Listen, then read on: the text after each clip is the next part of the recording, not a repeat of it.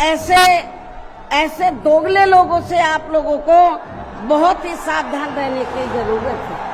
लाखों की भीड़ के सामने गुरुवार को मायावती ने मंच से समाजवादी पार्टी के मुखिया अखिलेश यादव पर खूब हमला बोला, तो दूसरी ओर भारतीय जनता पार्टी और योगी सरकार की तारीफ की।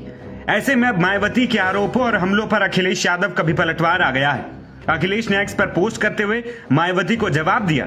आपको पहले बताएं कि अखिलेश ने क्या कहा, उससे पहले सुनाते हैं कि आखिर मायावती ने अखिलेश और सपा को किस तरह आड़े हाथों लिया।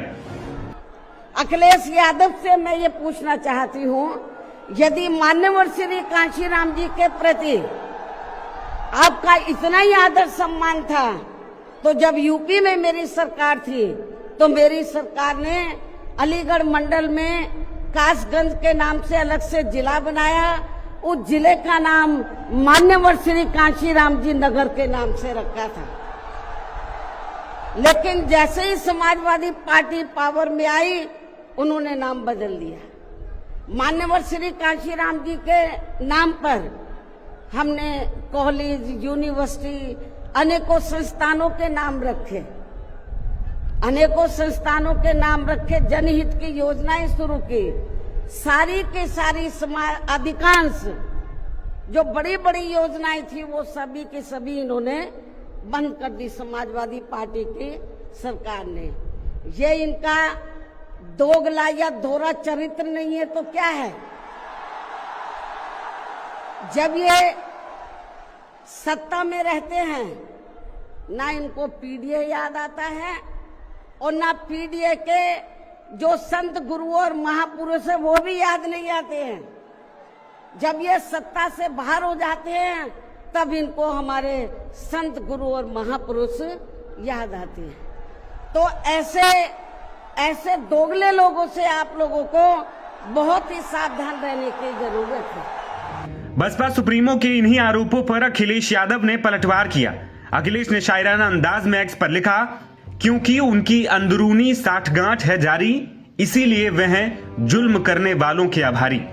दरअसल अखिलेश के इस पोस्ट के मायने निकालें तो अखिलेश अक्सर बसपा और मायावती को बीजेपी की बी टीम होने के आरोप लगाते रहे।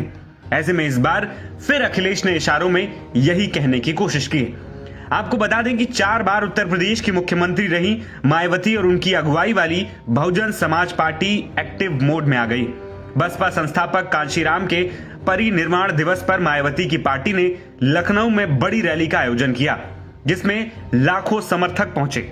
मायावती ने अपने संबोधन में आजम खान की पार्टी में शामिल होने की अफवाहों पर भी इशारों में प्रतिक्रिया दी और कहा कि मैं किसी से छिपकर मुलाकात नहीं करती हूं, खुले में मिलती हूं। इसी के साथ अखिलेश के बाद मायावती ने भी इन अफवाहों पर विराम लगा दिया।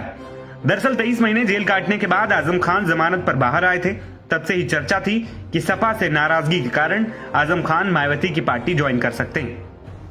लेकिन बुधवार को आजम और अखिलेश की मुलाकात ने इन सभी अफवाहों पर विराम लगा दिया और जिस तरह से दोनों ने मुलाकात के बाद एक दूसरे की तारीफ की, उसने पुख्ता कर दिया कि आजम खान कहीं नहीं जा रहे हैं, बल्कि वो समाजवादी पार्टी के साथ ही रहेंगे।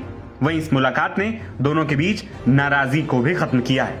वहीं अब मायावती के आरोपों पर समाजवादी पार्टी के नेता और सपा मुखिया खूब हमलावर है।